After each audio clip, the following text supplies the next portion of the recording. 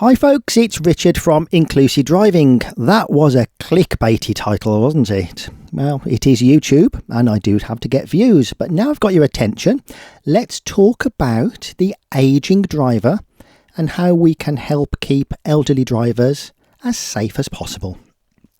If, like me, you live in social media land, you'll see lots of posts like this: UK older motorists told to give up licence and stop driving. Well, maybe we don't need to. Let's have a look at the statistics and see what's actually happening. The information in this video is from a training course I did back in 2024, probably about 18 months ago. And it was provided by the Road Safety Great Britain Academy, and it was called The Ageing Driver. It was a training course aimed at driving instructors. What was a 5-hour course, I'm attempting to condense into 5 minutes. So do bear that in mind. And the key focus on this really is about preparation for driving when older.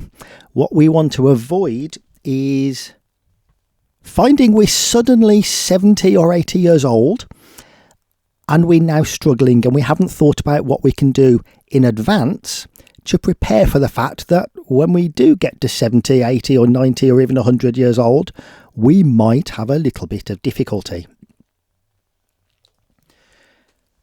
So what is an older driver? Well, there's no real set age to define it. We could go by the Driver and Vehicle Licensing Agency and the fact that when you get to 70 years old, you are required to renew your driving licence. You have to self-declare that you are fit to drive. You have to declare that you can meet the minimum eyesight standards of being able to read a number plate from 20 metres away. And then you have to renew your driving licence and give that declaration every 3 years. Why 70? Well, 70, statistically, whether you like this or not, is where the frequency of collisions does tend to rise. And from the age of 80, there is a very sharp, significant rise. We'll have a look at a graph very soon on that. What else defines an older driver? Well, it could be insight from other people around you, your sons, daughters, partners, best friends. They might at some point say, maybe you're not as safe as you used to be. Is there something we can do about it? And what we want to try and do with the help of this video is prepare for that moment in advance. So I know the question now that older people are going to ask: why not target the 17 to 24 age group because they have more crashes? Well, one age group doesn't really affect the other.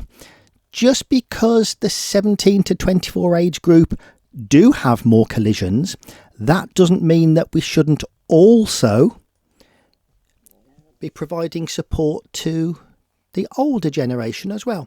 The characteristics and vulnerability of one group should not detract from the value of providing education to another group. We can educate the old and the young, maybe in different ways, but we're educating both to try and achieve a safe outcome. The role of that education is to get everybody to improve, not to compare and make it a competition. So we're going to have a look at collision rates in, well, it's titled older drivers, but the graph shows younger as well. So if you have a look at the graph, you'll see the orange bars are the number of car drivers involved in collisions. And you can see that the 17 to 24 age group have way more collisions than people in the 71 to 75, the 76 to 80, the 81 to 85 and the 86 plus groups. Have a look at the other side of the graph as well, which is where we've got the green line, because this is important. This is showing that the 75 age group also starts to increase in the number of collisions. We're now looking at the green line, and let me explain why in a moment. Just for the moment, look at the extreme right hand side of the graph, where you'll see there is a huge increase from about the age of 81. And if you look at the very top where it says 2,168, that's actually higher now than what's at the left hand side of the graph for the 17 to 24 group. Why is this? Well, there are fewer miles driven by older people. Older people generally aren't commuting to work every day. They're generally not making business trips all around the country. So if we divide the number of collisions by the number of miles driven, that's where we get the green line.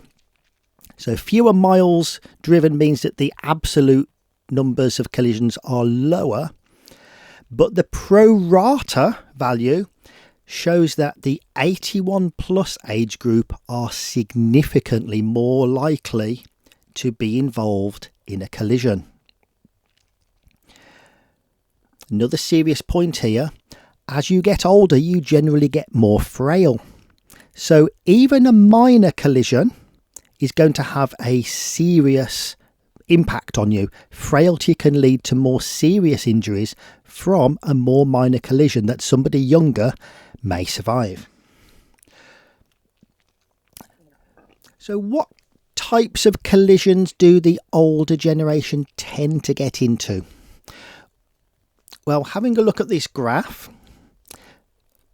I've colour-coded some of these. I've ranked them in order of most frequent to least frequent, but I've colour-coded the first three. You can see that they are all involving things that have traffic approaching from the right, where you're crossing the path of traffic. Right turns from a minor road, i.e. with a give-way line, to a major road, is the biggest problem for older drivers. Right turn from a major road to a minor road, where you're crossing the path of oncoming traffic. And then crossroads, it doesn't specify whether that is going left, straight or right, but crossroads very often involve right turns and assessing the traffic that is coming from your right. So those are the biggest problems. Looking a little bit more generally, if we start to include left turns as well, we can see that now we can have a general category of junctions are where most of the collisions turn right. And we attribute this to what we call poor visual scanning. That is either not looking enough, and we'll come on to reasons why that might be later on, or it might be not looking sufficiently carefully enough, so looking more than once and looking but not seeing. There's also poor speed judgment, so analysing the speed of the traffic that you are attempting to either merge with or cross over. So that gives us somewhere around 70% of all those collisions are linked with eyesight and visual perception of the traffic around. Now, I've called this slide the brain pathway. There's a model that we use which is see, think, do, or seeing, thinking, doing. And it's worth just thinking about how we actually drive using our brain.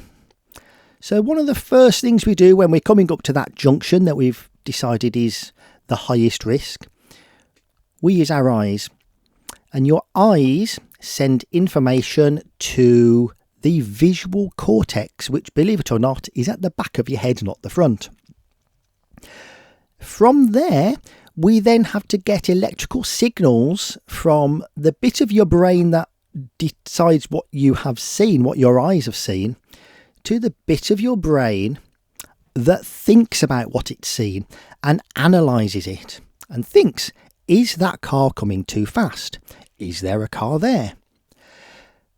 Then we have to send information from the frontal cortex to the motor cortex, which is the bit of the brain that then sends signals down your spine to your hands and feet to either stop the car or move the car or turn the car around a bend. So when we're helping elderly drivers stay safe and prepare for driving when they're older, we use a seeing, thinking, doing model. And we're going to break down each of those steps in the next slides.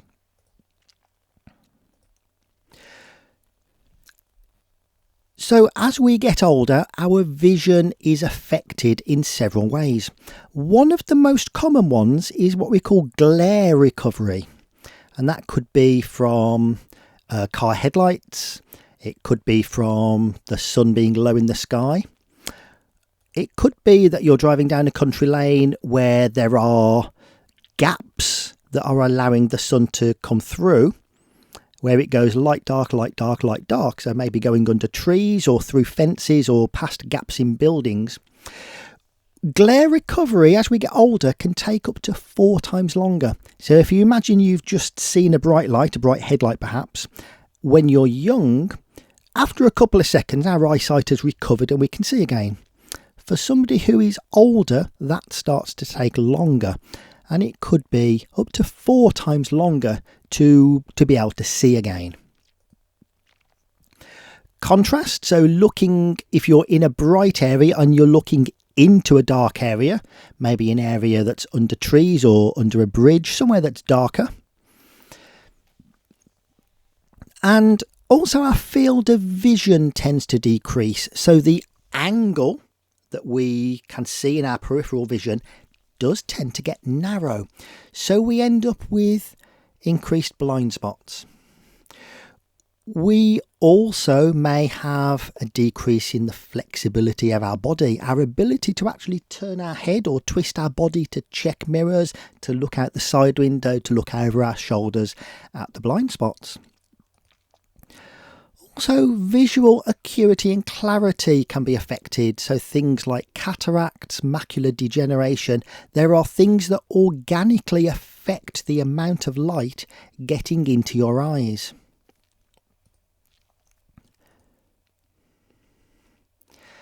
And that can make it more difficult to read road signs and to see smaller hazards, for example, pedestrians.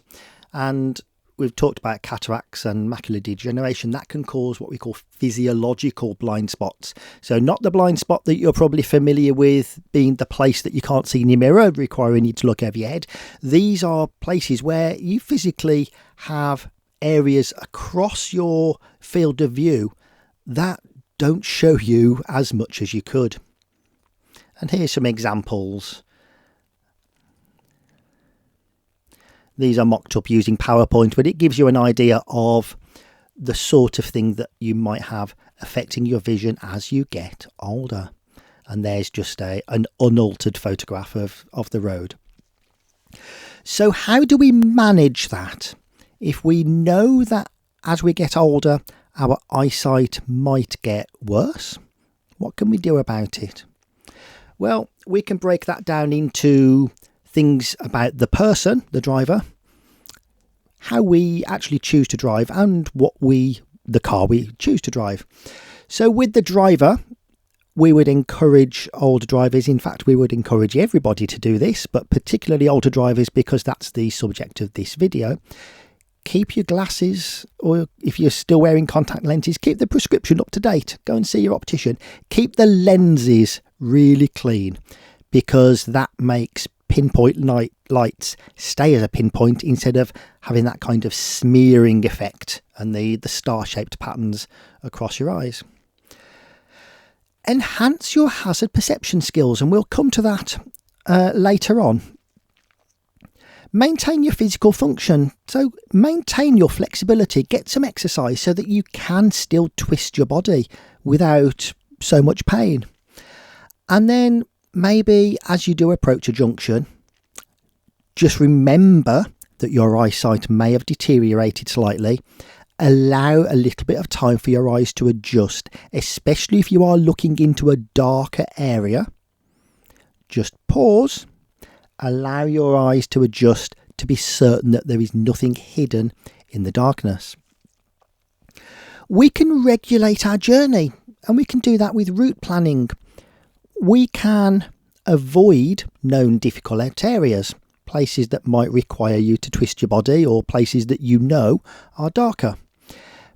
We know that right turns are significantly more dangerous than left turns, so if possible, could we replace one right turn with, say, 3 left turns? 3 safer things to get to the same place instead of one more dangerous right turn. We could maybe choose routes where the traffic is more controlled by traffic lights. And we could maybe think about the time of day. So we're choosing not to drive when we know the sun is going to be glaring in our eyes, or we could choose not to drive at a time where we know it's going to be excessively dark. What can we do to the vehicle to compensate for deteriorating eyesight? Maybe extra mirrors, the anti-dazzle mirror. We would teach people how to use that. Not everybody knows how it works. Keeping your windows clean, that's the same as keeping your glasses clean. But maybe using driving aids such as a reversing camera, blind spot warning devices, intelligent warning systems. We've got to agree that none of these replace being a good, careful driver, but there's no reason why these can't supplement those skills. Here's just an example of perhaps journey regulation. In red this is a road by me. Turning right out of Brooklands Parade onto the Willenhall Road is a nightmare, especially in the morning. It's got restricted view, parked cars blocking your view, fast traffic. Well, if I just drove around a few residential roads, I could end up on Old Heath Road, where my right turn is then controlled by traffic lights. If I have difficulty twisting my body, maybe I could avoid the red route where I've got a sharp Y-shaped junction, which would mean me switching my body all the way over to the left, and I could maybe just go around a couple of roundabouts instead with better views, not so severe twisting of the body to observe at those junctions, and I'm going to end up at the same place. Well, that's it for the seeing part. The second stage of the model, of course, was thinking. Now, this slide is just showing something. It'll become relevant a little bit later, but this is showing how we can maybe change the pathway that our electrical signals go through the brain. We looked earlier on at how information goes from the eyes to the back of the head, to the visual cortex, and then to the thinking part of the brain, the frontal cortex, and then to the motor cortex to make your hands and feet do things. As we get older, these neural pathways become fewer and fewer. We call that senescence. So it's basically where brain cells are dying, and there's nothing we can do about it. But we can maybe establish more pathways around the brain, and one way to do that is with spoken thought. I call it modifying the brain pathway. So neural pathways, the number of them decrease with age, but we can rebuild pathways or make more use of existing pathways by introducing 2 other pit stops in the brain. And this is achieved by commentary driving, or these days it's commonly called spoken thought. If we say what we see, a bit like catchphrase, we're then using a second part of your brain. You're using the speech centre of your brain. And if we then think that those words are going to float through the air, round to your ear, you're then going to be using the hearing part of your brain. So you've now got more than one electrical pathway going towards the prefrontal cortex, where you can think about what you've seen and heard. Just be cautious that this technique might have an adverse effect. It might cause cognitive overload. But if we get well practiced at doing spoken thought and commentary driving when we're younger, then that's already a skill that we have when we're older. And we're not then burdening ourselves trying to learn a new skill. We're just making use of an existing skill that we've been practicing for a long time. One very simple way to do this is to use a road signs based approach to spoken thought. I do have another video about this, which I'll link to in the description. But essentially, anytime we see a road sign or a bus stop or a zebra crossing, we just say it. Road sign, warning sign, sharp bend, warning sign, junction on the left, speed limit 30, bus stop, zebra crossing, anything like that, to produce words that come out of your mouth, flow through the air and back into your ear. Now there's another proven way to help your thinking part, and this is hazard perception practice. Remember that many people who are older than me, I'm now in my 50s, when I first passed my driving test, there wasn't a theory and hazard perception test. It didn't exist. So many people that are older than me, they will never have done a hazard perception test. But it's a really useful tool to practice your hazard awareness. Evidence from research suggests that even just a single 20-minute session, so that's effectively one hazard perception mock test, can have a long-lasting positive effect on your reaction times. So do a hazard perception test maybe once a month. Encourage people to do it on a larger screen if possible. So phone's not ideal. An iPad-sized screen is better. Maybe even a smart TV if you can help them set it up. But also, YouTube is a great example. Look at all the bad driving videos. There's millions of them. And use it as a kind of question of sport, the round, what happens next? Use it to predict what hazards are going to be affecting you. So when you're doing this, think about what might constrain effective hazard perception in real life. So that again could be eyesight, it could be reaction times, it could be your physical mobility, your ability to stretch, your ability to maybe lean forwards and peep around door pillars. Are there things we can do to make the thinking part easier? Well, yes, there are. And essentially, these are very similar to the ways that we can compensate for the visual problems that older people might have. Again, it's journey selection. Do you need to drive for a particular journey? Could you get a lift? Could you get a taxi? Could you use a bus if you're able? Maybe a mobility scooter? Maybe consider doing several shorter journeys with a break in between. But of course, we do have to consider the environmental impact of that, and maybe reduce distractions. So that's things like your nagging passenger, having your dog in the car, that might be a distraction.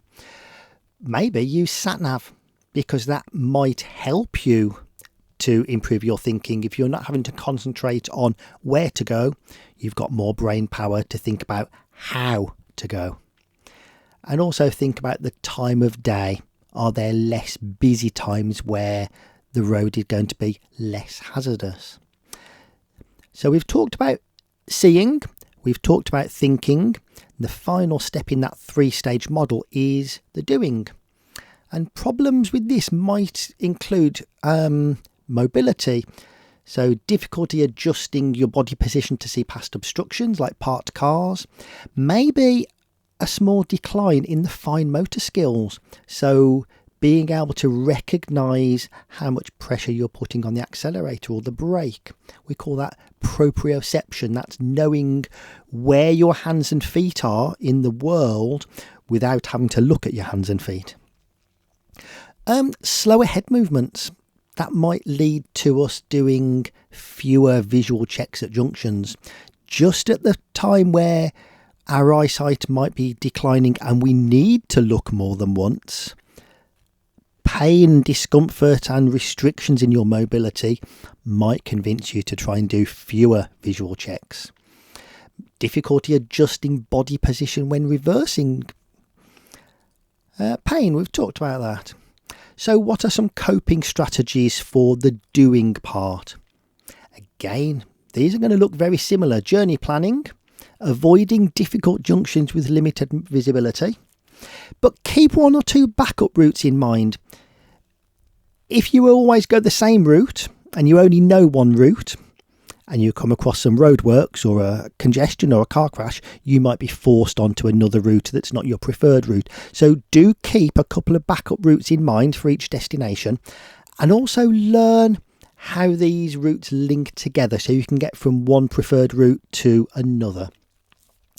We could maybe look at some aids and adaptations on the car, additional mirrors to aid visibility, so blind spot mirrors, using reversing and forward facing cameras to help you at junctions, maybe a vehicle with a shorter front end so that you can actually get closer to the junction without having to lean forwards quite so much.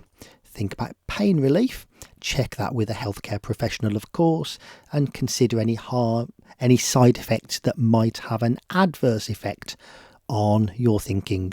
If your medicine says this may cause drowsiness, of course speak to a healthcare professional. And also think about the time of day where pain might be better or worse at certain times of day. Be very mindful of separation distance. As our reaction time gets longer, maybe consider giving a 3 or 4 second following distance instead of 2. Again, think about the time of day. Fatigue related collisions are statistically more likely in the early afternoon. You're going to know your body better than anybody else, but the statistics, I can't get that word out, do say that early afternoon from sort of 12 till 4, collisions in the older population are more common. But assess your own tiredness at different times of day. We mentioned proprioception, so being able to feel where your hands and feet are. Maybe thinner soled shoes could help there. And have a think about what we call oops moments. Oops is where we have that feeling of, oh, that car came out of nowhere, or oh, I just had to brake suddenly there. Or even we get to somewhere and we think, how did I get here? I don't remember the last couple of minutes. When those oops moments happen, make a note of them, write them down in a diary. Are they getting more frequent? Are they happening in certain places? And are they happening at certain times of day? All of those can help you come to your own conclusion that maybe you need to seek some help to become a safer driver. And here's a really, really controversial one. Take some driving lessons. There are plenty of driving instructors out there that have experience and have done the same training course as me. I'll put a link in the description to a register of those driving instructors that can specifically help you. But certainly take some driving lessons and go through many of the things that we've talked about here. The next slide then is the one that might upset people, and that is hanging up the car keys. You do, of course, have a moral and a legal responsibility to be a safe driver.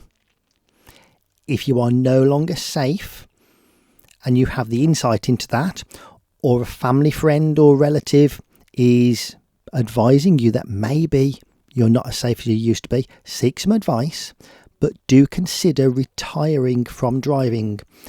The cost saving of not owning a car, having to insure it, having to put fuel in it, having to pay car tax, that might work out a cost saving compared to getting a taxi or using public transport. You're also less time pressure if you've finished work, and you may be able to defer a journey until another time when maybe a taxi is cheaper, Uber surge pricing and that sort of thing. Well, that is all for now, and we'll see you on another video very soon.